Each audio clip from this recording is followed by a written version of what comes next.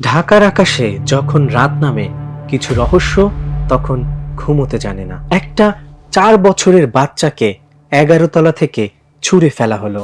এরপর খুনি নিজেই কি আত্মহত্যা করলো, নাকি এটা ছিল এক ভয়ঙ্কর খেলার শুরু? এই ঘটনার একমাত্র সাক্ষী আনিশা। কে জানে, যা দেখা গেছে এর বাইরেও আছে লুকিয়ে থাকা এক অন্ধকার। খুনের রাতেই রোকেয়া হলে ঢুকে পড়ে খুনি, শুধু আনিশাকে শেষ করতে নয়, বরং যারাই তাকে দেখেছে তাদের সবাইকে।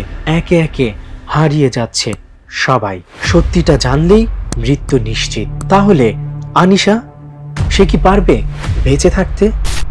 এ এক অদৃশ্য মাফিয়া সাম্রাজ্য, যেখানে শিশুদেরকে অপহরণ করে বানানো হয় বডি স্টাফার। এখানে মৃত্যু একটা ক্যালকুলেটেড মুভ, আর বেঁচে থাকা মানে পরবর্তী টার্গেট। এই সাম্রাজ্যবাদের খেলায় নেমেছে এক প্রাক্তন সেনা অফিসার, মিস্টার উমার, যাকে থামাতে পারে শুধু একটা জিনিস, মৃত্যু। যদি সে হেরে যায়, ঢাকাকে গ্রাস করবে অপরাধের এক কালো ছায়া। কিন্তু সে কি পারবে মৃত্যুর ছায়া এড়িয়ে সত্যকে সামনে আনতে? এই খেলায় ভুল করার সুযোগই নেই। জিততে হলে সবকটি চাল হিসেব করে দিতে হবে। কারণ এটাই রায়হান মাসুদের থ্রিলার উপন্যাস এ গেম অফ ডেথ।